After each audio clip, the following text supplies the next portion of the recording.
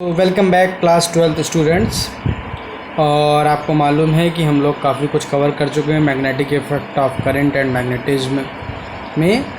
और आज की जो क्लास है हमारी वो उसमें हम लोग डिस्कशन करने वाले हैं कि अर्थ का मैग्नेटिज्म किस तरीके से उसमें टर्म्स आते हैं जो अर्थ के मैग्नेटिज्म को डिफ़ाइन करते हैं। अर्थ का मैग्नेटिज्म क्या है, क्यों अर्थ की मैग्नेटिक फील्ड ज़रूरी है। So welcome in the paper and pen class.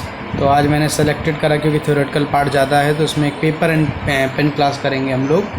जो प्रूविंग्स होंगी उसको हम लोग इस पर करेंगे और थ्योरी के लिए हम लोग उसको बुक से कवर कर सकते हैं। तो सबसे पहला क्वेश्चन है व्हाट इज़ द सोलेनाइड। तो हम जैसा कि आपको बता चुके हैं solenoid is just like a bar magnet. ठीक है, तो सोलेनाइड क्या होता है, एक बार मैग्नेट की तरह है। जनरली हम लोग क्या करते हैं, कार्ड शीट को मोड़ देते हैं, मोड़ कर उसको एक तरीके से हमने गोल गोल करके घुमा लिया और उसमें नंबर ऑफ़ टर्न्स कर दीजिए 100-200। एंड उसमें अगर आप करंट फ्लो कराएंगे तो it behaves like a bar magnet, यानी कि वो हमेशा नॉर्थ एंड साउथ डायरेक्शन में रुकेगा और सारी प्रॉपर्टीज़ जो बार मैग्नेट की होती है वो सोलेनाइड भी क्या करेगा, फॉलो करेगा। तो इसको कई बार क्वेश्चन में आया कि prove that bar magnet is behave as a like a current carrying solenoid. ये प्रूविंग कई बार आई है। आप सोलेनाइड को मैथमेटिकली कैसे प्रूव कर सकते हैं, तो उसके लिए एक बहुत अच्छा सा मैं तरीका आपको बताता हूँ कि मैथमेटिकली बार जो मैग्नेट की तरह करंट कैरिंग सोलेनाइड काम करता है, कैसे दिखाएंगे। तो इसके लिए मैंने क्या करा है कि जस्ट एक सोलेनाइड इमेजिन कर रहे हैं। तो एक इस तरीके से एक सोलेनाइड है ये हमारे पास, ये देखिए, ये एक आपके हमारे पास क्या है, सोलेनाइड है। और इसकी हमने एक एक्सिस बना ली।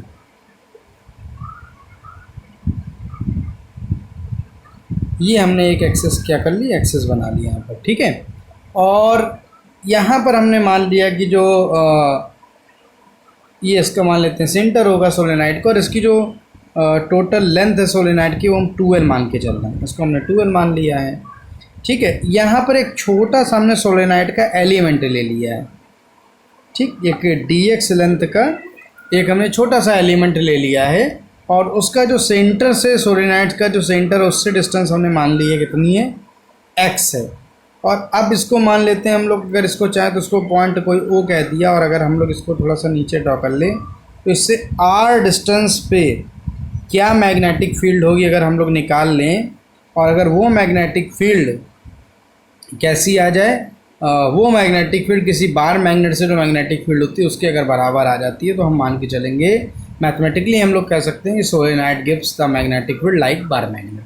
तो मैं आपको ये भी बताता चलूँ कि जो axial axis end on position में बार मैग्नेट की जो मैग्नेटिक फील्ड है वो μ0/4π/2m/r³ आती है। बिल्कुल वैसे जैसे = 1/4π/0 2p/r³, तो वैसे ये आती है। अगर ये फार्मूला ये जो है आप देख लीजिए, ये फार्मूला अगर आपका आ जाता है तो आप विश्वास मानिए कि आप जो कर रहे हैं वो बिल्कुल ठीक है, हमको ये प्रूविंग करनी है। ये सारा डायग्राम मेरे ख्याल से आपको समझ में आ गया होगा। तो अब हम लोग क्या करते हैं, मान लेते हैं इसमें स्मॉल आई करंट फ्लो कर रही है। तो इसमें लेट कर लिया आपने कि कितनी करंट फ्लो कर रही है, मान लेते हैं कि स्मॉल आई करंट फ्लो कर रही है। ठीक, अब इसके बाद हम लोग आगे चलते हैं, ज़रा इसकी प्रूविंग को आगे बढ़ाते हैं कि मैग्नेटिक फील्ड है ना, the value of magnetic field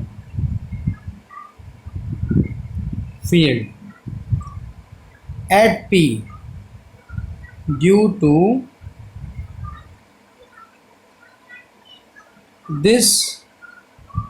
current carrying circular element, bracket में इसको dx लिख सकते हैं हम, element dx is given by. अगर आपसे क्वेश्चन में ये कहा जाए फ्रॉम फिगर, आप लिखना मत भूलिएगा, यहाँ पर लिख लेते हैं हम लोग फ्रॉम फिगर। तो अगर आपसे पूछा जाए कि जो छोटा सा एलिमेंट है dx लेंथ का, इसकी वजह से यहाँ पर मैग्नेटिक फील्ड कितनी होगी, तो अभी हम लोगों ने जो पढ़ा हुआ है उसी का इस्तेमाल करेंगे। हम लोगों को मालूम था कि क्या कोई सर्कुलर करंट कैरिंग जो कॉइल है उसकी वजह से उसकी एक्सिस पर किसी पॉइंट पर मैग्नेटिक फील्ड आपने पढ़ा था V इक्वल टू वो पूरा आपने फार्मूला म्यू नॉट अपॉन जो है mu naught n i A square upon 2 under root a square x square power 3/2 ऐसे करके जो फार्मूला पढ़ा था उसी तरीके से आएगा। तो डी बी इक्वल टू आ गया म्यू नॉट अपॉन, इसको हम 4 लिख लेते हैं, म्यू नॉट अपॉन 4 वहाँ म्यू नॉट अपॉन 2 होता था तो हमने यहाँ पर म्यू नॉट अपॉन 4 इसलिए लिख लिया है क्योंकि यहाँ पर आप देखो तो ये म्यू नॉट अपॉन 4 हमको लाना है। तो वहाँ पर नहीं होता था, वहाँ पर म्यू नॉट जो है करके आता था और अपॉन 2 आता था, तो हमने म्यू नॉट अपॉन 4 कर लिया और साथ में यहाँ पर 2 का मल्टीप्लाई करा लिया। कोई दिक्कत नहीं, म्यू नॉट अपॉन 2 ही लिखा है, ध्यान से आप देखिएगा। तो मान लेते हैं कि अगर ये जो आपने ये लेंथ ली है इस एलिमेंट की, ये dx है और नंबर ऑफ टर्न्स अगर हम आपसे बात करेंगे कि नंबर ऑफ टर्न्स जो है पर यूनिट लेंथ स्मॉल n है, ठीक है। यहाँ पर अज्यूम कर लेते हैं कुछ चीज़ें। Let current flows I number of turns in per unit length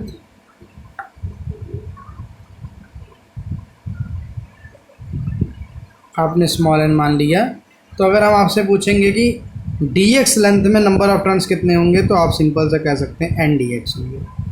मेरे ख्याल से कोई डाउट नहीं है क्योंकि स्मॉल एन का नंबर ऑफ पर यूनिट लेंथ था, dx लेंथ में n dx हो जाएंगे, ठीक है। करंट आता था, ठीक, और ये आ गया आपका, हमने मान लिया है a स्क्वायर। तो सर्कुलर कॉइल होती तो उसका रेडियस का स्क्वायर आता था। नीचे आ जाइए। अब अगर आप देखेंगे कि जो है ये dx है एलिमेंट है, इससे p पॉइंट की डिस्टेंस की अगर हम लोग बात करेंगे तो वो अगर हम लोग बात करेंगे तो किस तरीके से, आपने ये फार्मूला पढ़ा था ना, मैं लिख देता हूँ अगर आपको थोड़ा सा भूल गए हो। Mu naught n i A square upon 2a square plus x square की पावर 3/2,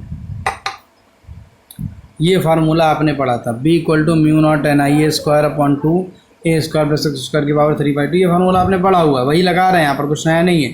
तो यहाँ पर a स्क्वायर तो हम जो है जैसे वैसे ही लिख देंगे, ठीक है, प्लस अब यहाँ पर जो एक्स स्क्वायर था यहाँ पर वो एक्स स्क्वायर ना होके यहाँ से देखिए लेंथ, ये जो लेंथ है वो कितनी बचेगी, वो dx की जो लेंथ है डिस्टेंस है p से, वो r माइनस एक्स बचेगी। तो a square plus r minus X का होल स्क्वायर और ये आ जाएगा कि पावर 3/2। तो इसमें मेरे ख्याल से आपको कोई भी दिक्कत नहीं आई होगी। ओके, सो अब अगर हम लोग बात करें now magnetic field due to whole solenoid, अगर हम आपसे बात करेंगे कि होल सोलेनाइड की वजह से मैग्नेटिक फील्ड कितनी होगी, तो आपको करना पड़ेगा इंटीग्रेशन, ये आपको मालूम है। अब अगर इसको आप जो है इस तरीके से डिवाइड कर लें तो ये अगर हम लोग इस इंड की बात करेंगे तो इसकी लेंथ प्लस एल आएगी और इधर से इंड स्टार्ट करेंगे तो इसकी लेंथ माइनस एल आएगी, यानी कि क्योंकि वेक्टर क्वांटिटी है जो है मैग्नेटिक फील्ड, तो इसको माइनस एल से प्लस एल तक क्या करना पड़ेगा, इंटीग्रेट करना पड़ेगा। और वो जो सारी चीज़ें थी ऊपर वो रख दीजिए आप ब्रैकेट में, mu nought 2 pi N D X I A square upon 4 pi A square plus r minus X का होल स्क्वायर की पावर 3/2। ठीक, जो जो चीज़ें बाहर आ सकती हैं उसको बाहर निकाल लीजिए। तो म्यू नॉट अपॉन 4 पाई 2 पाई बाहर आ जाएगा, एन आई ए स्क्वायर ये सब बाहर आ जाएगा, और माइनस एल से प्लस एल, और अंदर आपका जो ब्रैकेट में बचेगा तो वो कितना बचेगा, D X upon A square plus r minus X का होल स्क्वायर की power 3/2, A square plus r minus X की पावर का होल स्क्वायर 3/2। अब अगर हम लोग जो एक्सियल फील्ड की बात करते हैं तो अगर आप ध्यान से डायग्राम को देखेंगे तो सी द डायग्राम तो आर की जो वैल्यू है वो बहुत ज़्यादा है किससे, as compare to the small, यानी कि जो सोलेनाइड के रेडियस है, ठीक है, वो उसके कंपेयर में जो आर डिस्टेंस है बहुत ज़्यादा है। एंड इसके साथ ही एक और ख़ास बात है कि जो लेंथ तो वैसे भी सोलेनाइड की जो ये वाली लेंथ होती है वो लेंथ कम होगी, 12 कम होगी, और उसकी अगर हम लोग बात करेंगे जो है आधी लेंथ की बात करेंगे तो वो और कम हो जाएगी। तो इसलिए हम लोग क्या कर सकते हैं, सो दैट आप ये कर सकते हैं कि जो A square plus R minus X का होल स्क्वायर है की पावर 3/2 है, उसको केवल आर क्यूब लिख सकते हैं। ए स्क्वायर को आपने नेगलेक्ट कर दिया और इधर आपने एक्स स्क्वायर को नेगलेक्ट कर दिया, तो ये आर क्यूब यहाँ पर लिख सकते हैं। देयरफॉर इसको इक्वेशन मान लीजिए 1, इसको मान लीजिए इक्वेशन 2। तो equation 2 may be written as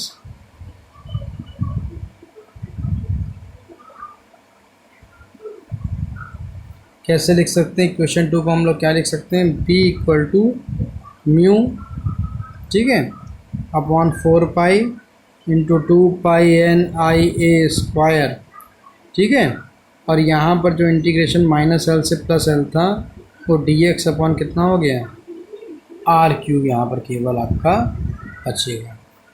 इसको भी और कर लीजिए, तो b equal to mu not upon 4 2 square upon are cube इधर आ गया, और dx का इंटीग्रेशन करेंगे तो यहाँ पर कितना आ जाएगा, x और -l से बस।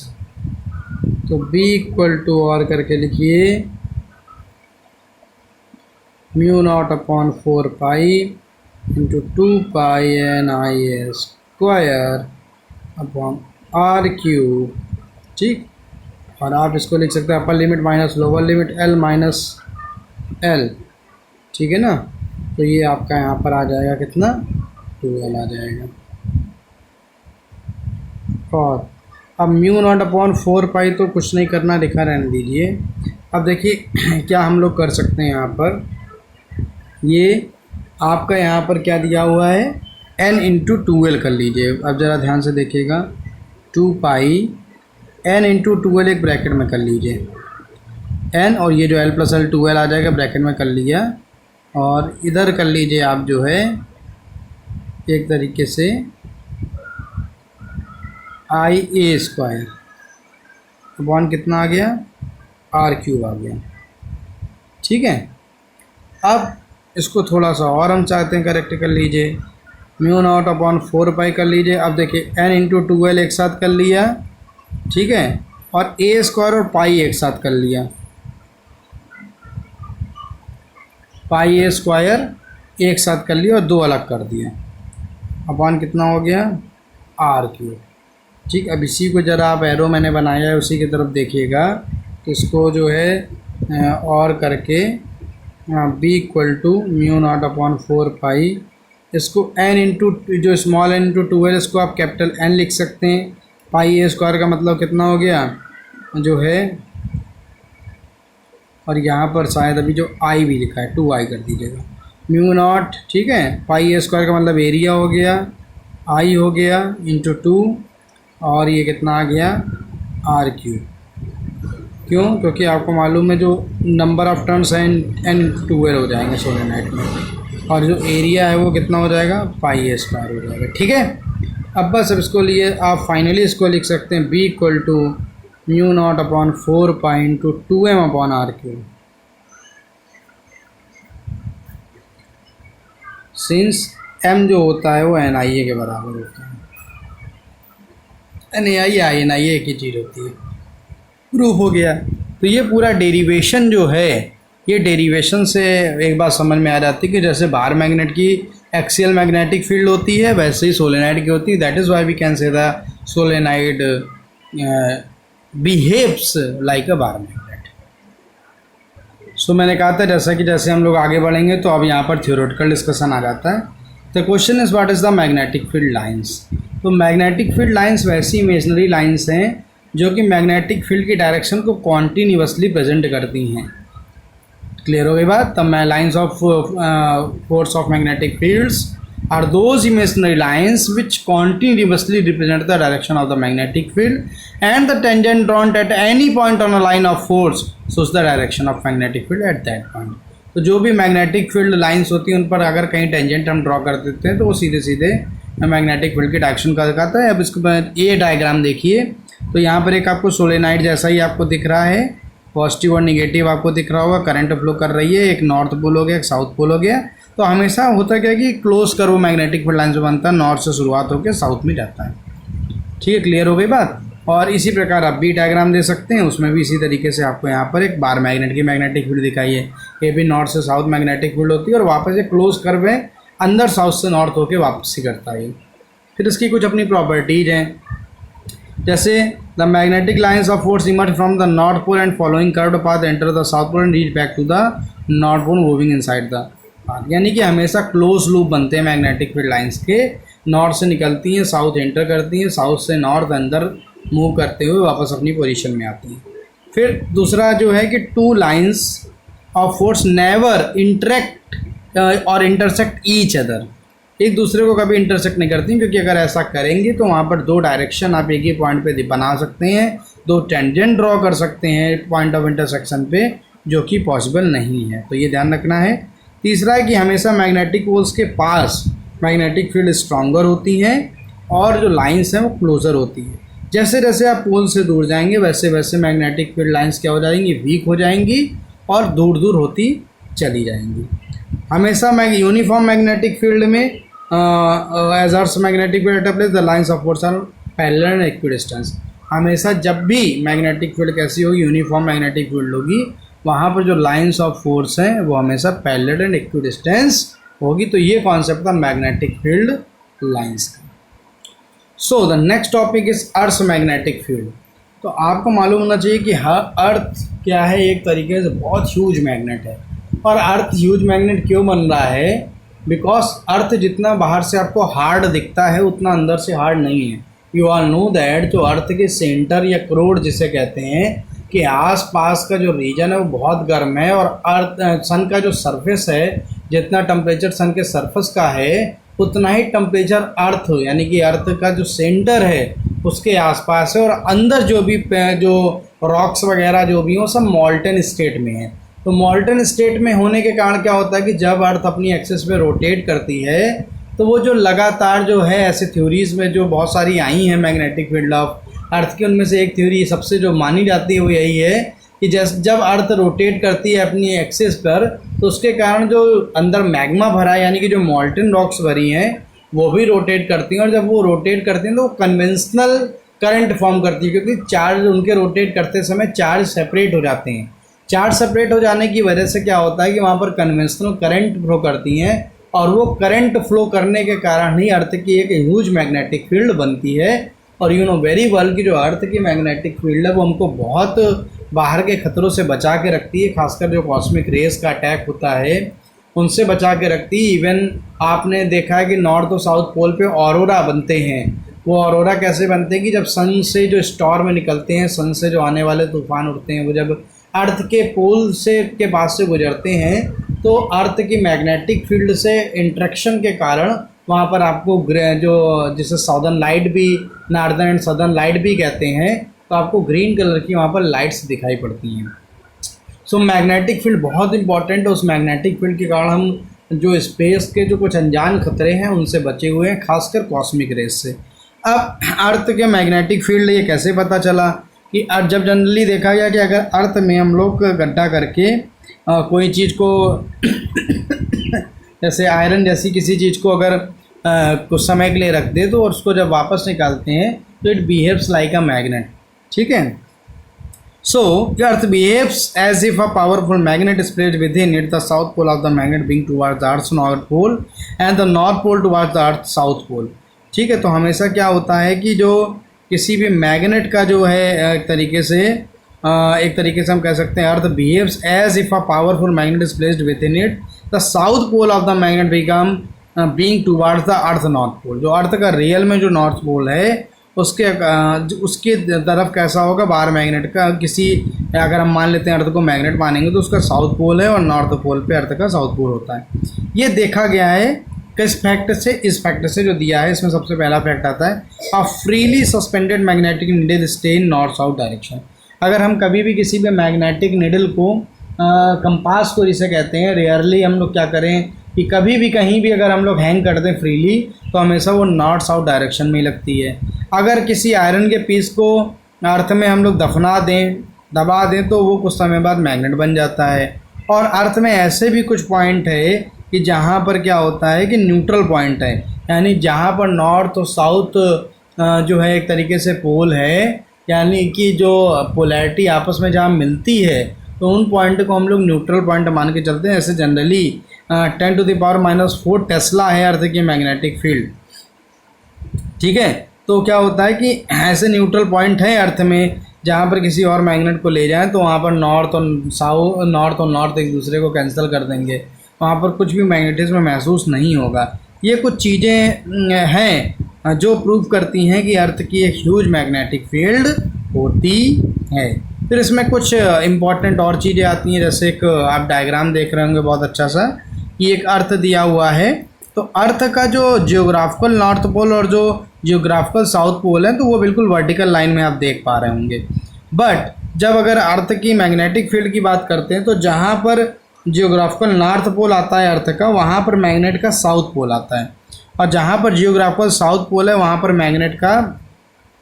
मैग्नेटिक जो है वहाँ पर अगर हम लोग जियोग्राफिकल की बात करते हैं तो ये देखिए, ये जियोग्राफिकल की बात करते हैं तो जहाँ पर साउथ पोल है तो वहाँ पर मैग्नेट का नॉर्थ पोल एक तरीके से आता है, ठीक है।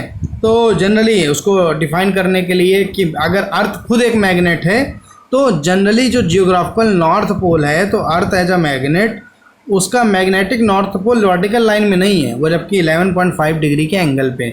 इसी प्रकार जो मैग्नेटिक साउथ पोल है वो बिल्कुल स्ट्रेट वर्टिकली ना होके कैसा है 11.5 डिग्री के एंगल पर है, तो दोनों में आपको डिफरेंस दिख सकता है। अब क्या होता है, वैसे ये जो स्ट्रेट लाइन आप देख रहे हैं ये जियोग्राफिकल एक तरीके से इक्वेटर है, बट जो मैग्नेटिक इक्वेटर है वो इस तरीके से आपको इंक्लाइन दिख रही होगी। क्लियर हो गई बात। तो अगर साउथ और नॉर्थ जो आप देख पा रहे हैं ये एक और कोई बार मैग्नेट है, तो बार मैग्नेट अगर कोई है तो हमेशा वो मैग्नेटिक अर्थ के मैग्नेटिक नॉर्थ पोल की ओर रुकेगा, और हमेशा जो बार मैग्नेट का नॉर्थ पोल है हमेशा जो अर्थ की मैग्नेटिक के साउथ पोल है उसकी ओर रुकेगा।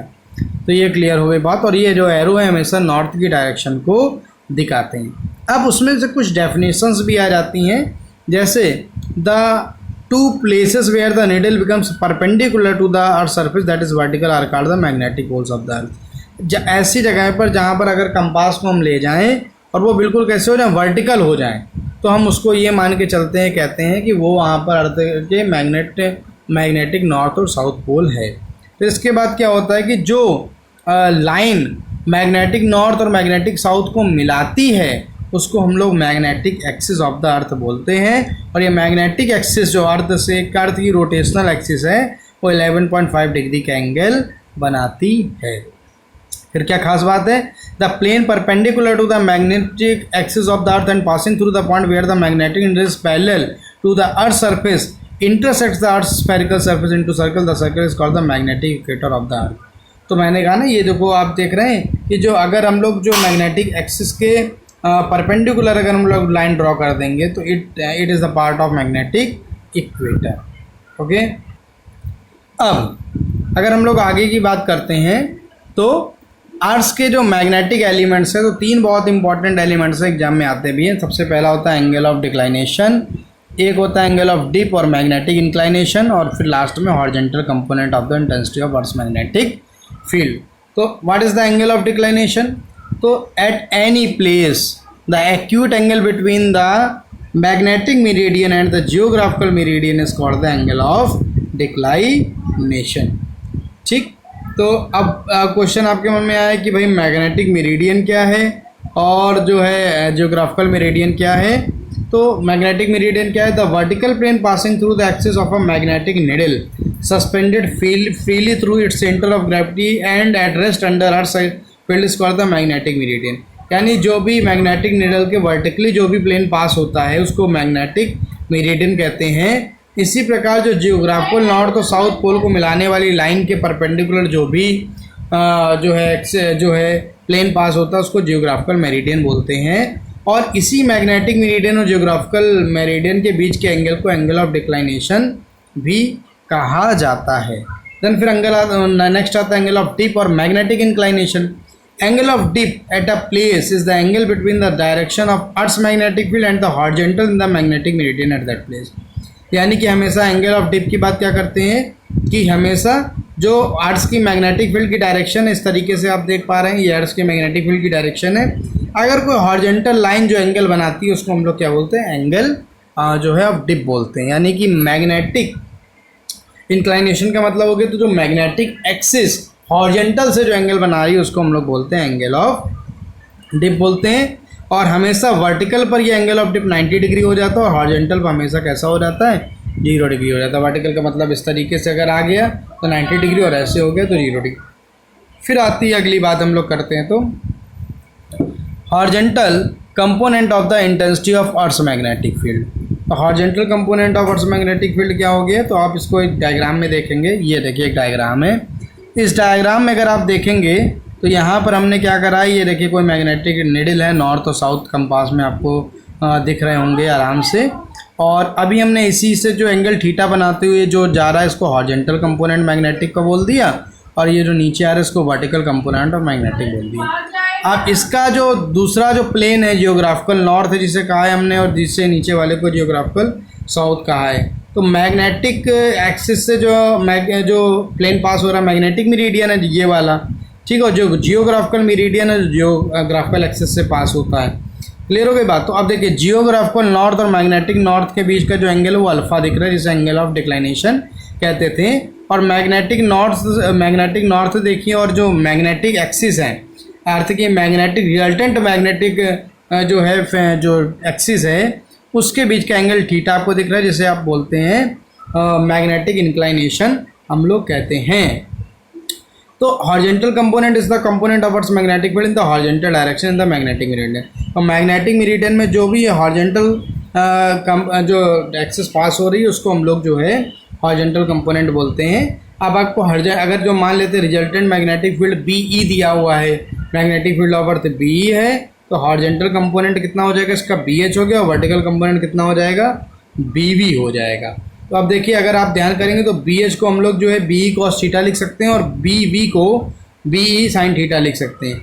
BH square plus BV square करके जोड़ दीजिए तो BE square cos square theta plus B square sin square theta यानी कि BE स्क्वायर बन जाएगा ये, ठीक है। और अगर आप इसको डिवाइड कर दें tan थीटा कह दें तो tan थीटा इक्वल टू यहाँ पर जो है आपका BV अपॉन BH हो जाएगा और थीटा की वैल्यू निकालेंगे तो tan inverse BV upon BH यहाँ पर आ जाएगा। तो ये अर्थ का एक तरीके से जो है हम लोग एंगल यहाँ पर जो थीटा है वो एंगल हम लोग यहाँ पर इसे एंगल ऑफ डिप बोलते हैं, वो इस फार्मूले से निकाला जा सकता है। फिर बात आती है what are the neutral point क्या है। A magnet placed has a magnetic field of its own around it when decreases in magnitude as we move away from the magnet. अगर मैग्नेट को कहीं पर आप रख दीजिए तो उसमें एक मैग्नेटिक फील्ड उसके आसपास प्लेन में बन जाती है। और अगर जैसे जैसे जो है अगर मैग्नेट को आप क्या करें कि जैसे जैसे दूर लेके जाए किसी पार्टिकुलर पॉइंट से तो मैग्नेटिक फील्ड भी दूर होती या कम होती चली जाती है। The horizontal component of earth magnetic field also exist around the magnet and the field is uniform. Near the magnet the field of the magnet is strong and so the effect of earth magnetic field is negligible. तो क्या होता है magnet के पास उसकी field इतनी ज़्यादा होती है कि अर्थ का मैग्नेटिक फील्ड नेग्लिजिबल हो जाता है। पर जैसे जैसे आप मैग्नेट से दूर जाते जाएंगे magnet goes on decreasing and so the comparative effect of earth's magnetic field goes on increasing। जैसे जैसे किसी बार मैग्नेट से दूर जाएंगे तो अर्थ की मैग्नेटिक फील्ड का इफेक्ट क्या होने लगेगा, बढ़ने लगेगा। At certain points away from the magnet the horizontal components of earth's magnetic field is just equal and opposite to the field due to magnet. अगर ऐसे मूव करने के दौरान आप किसी एक सर्टन पॉइंट पर पहुंचेंगे जहां पर जो हॉरिजॉन्टल कंपोनेंट है अर्थ की मैग्नेटिक फील्ड का वो पार्टिकुलर बार मैग्नेट की मैग्नेटिक फील्ड के क्या हो जाएगा, इक्वल एंड अपोजिट हो जाएगा। इन पॉइंट्स को हम लोग क्या कहते हैं, मैग्नेट न्यूट्रल पॉइंट। हम लोग इन पॉइंट को न्यूट्रल पॉइंट कहते हैं। तो अगर मान लेते हैं मैग्नेट की मैग्नेटिक फील्ड B थी और horizontal component of earth magnetic field B S था, तो B equal to B H आ गया। बाहर मैग्नेट का एक्सियल पोजीशन में mu not upon 4.22 M upon are cube होता है, इक्वल टू बी एच हो गया।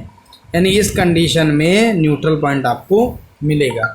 तो जो आपका मैग्नेटिक फील्ड का जो चैप्टर था, सिलेबस था, वो यहीं तक है, क्योंकि आपका पैरा डाया फेरो मैग्नेटिक सब्सटेंसेस आपके सिलेबस से हटा दिया गया है, तो उसको अभी हम नहीं पढ़ेंगे। अगर टाइम बचेगा तो आगे हम लोग उसको कवर कर सकते हैं। सो आप परेशान नहीं होना है। यहाँ पर है आपका एक तरीके से जो है जो मैग्नेटिज्म है वो ख़त्म हो जाता है, और ये सारे जो टर्म डिफरेंट टर्म आते थे, डाया पैरो फेरो मैग्नेटिक जो टर्म आते थे, वो तो आपके में अब नहीं आएंगे। इलेक्ट्रोमैग्नेट वगैरह सारा आपका हट चुका है। और एक छोटा सा कॉन्सेप्ट बचेगा, classification of substance according to their magnetic behaviour. Dia para ferro मैंने कहा हट गए हैं। मैग्नेटिज्म में जो कुछ टर्म्स हैं, magnetic induction, industry of magnetization, इसको मुझे एक बार चेक करना है कि ये वाकई सिलेबस में एग्जिस्ट कर रहे हैं या पैरा फेरो डाया के साथ ये भी हट गए हैं। और इसके साथ ही फिर आपका जो मैग्नेटिक, एक तरीके से magnetic effect of current and magnetism है, वो चैप्टर एक तरीके से पूरा क्या हो जाएगा, ख़त्म हो जाएगा। सो नेक्स्ट क्लास में जितना जो पार्ट बचेगा उसको ख़त्म करके हम लोग आगे बढ़ेंगे और हम लोग चलेंगे electromagnetic induction and alternating current में। तब तक के लिए नमस्कार।